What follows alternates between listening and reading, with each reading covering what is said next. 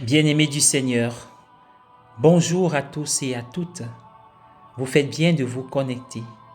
Nous sommes unis avec beaucoup d'autres chaque jour dans cet espace pour rencontrer le Seigneur qui se révèle dans sa parole qui est lumière sur notre route, une lampe sur nos pas. Nous sommes aujourd'hui le 21 novembre 2020. Installez-vous bien. Nous avons comme évangile Matthieu 12, versets 46 à 50. Et nous avons la joie de faire mémoire de Marie, comme tous les samedis peut-être, mais aujourd'hui particulièrement, nous commémorons la présentation de Marie à Dieu par ses parents dans le temple de Jérusalem lorsqu'elle était enfant. Que l'Esprit Saint nous éclaire et nous conduise dans cette aventure merveilleuse. Bien-aimés, cette fête est originaire de l'Est.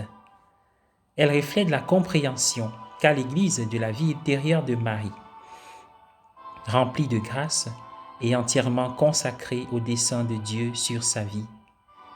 La lecture de l'Évangile d'aujourd'hui nous suggère que Marie a parfois lutté pour comprendre quel était le dessein de Dieu pour sa vie, en particulier par rapport à son fils Jésus. Elle part de Nazareth avec d'autres membres de la famille de Jésus pour Capharnaüm, où Jésus exerce son ministère. Peut-être voulait-il que Jésus rentre à la maison et se repose. Cependant, Marie découvre par la suite que ce n'est pas le but de Dieu pour elle, ni pour Jésus. Jésus fit savoir à Marie et à ses proches qu'il n'avait plus aucun droit sur lui car il fondait une nouvelle famille de ses disciples et que ceux-ci seraient désormais sa mère, ses frères, ses sœurs. Nous rappelons le pèlerinage à Jérusalem où à 12 ans, Jésus a dit à Marie et à Joseph, « Ne saviez-vous pas que je dois être aux affaires de mon Père ?» Les affaires de son Père étaient justement de constituer cette famille spirituelle, plus grande, qui s'élargit plus loin que les liens biologiques.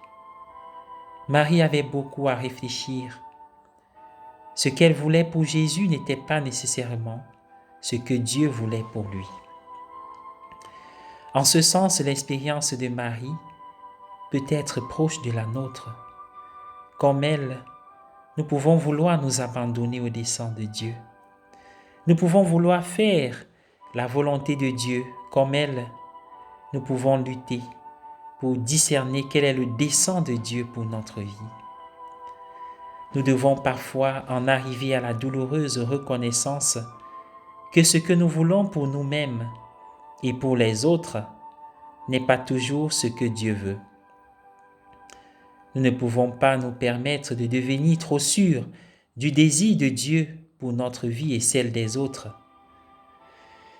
Comme Marie, nous devons rester ouverts à ce que le Seigneur nous guide. Comme elle, nous devons continuer à réfléchir dans la prière sur notre expérience de vie, en ayant confiance dans la promesse du Seigneur que ceux qui le cherchent le trouvent.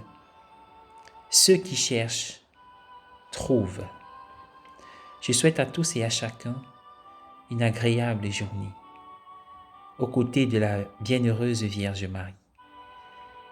Et je vous invite à prier avec Sainte Thérèse de Lisieux, cette prière qu'elle offre à l'Église, prière d'offrande de sa journée. Au nom du Père et du Fils et du Saint-Esprit. Amen. Mon Dieu, je vous offre toutes les actions que je vais faire aujourd'hui, dans les intentions et pour la gloire du Sacré-Cœur de Jésus. Je veux sanctifier les battements de mon cœur, mes pensées et mes œuvres les plus simples en les unissant à ses mérites infinis et réparer mes fautes en les jetant dans la fournaise de son amour miséricordieux. Ô mon Dieu, je vous demande pour moi et pour ceux qui me sont chers la grâce d'accomplir parfaitement votre sainte volonté, d'accepter pour votre amour les joies et les peines de cette vie passagère, afin que nous soyons un jour réunis dans les cieux pendant toute l'éternité. Amen. Au nom du Père et du Fils et du Saint-Esprit. Amen. Bonne journée à tous.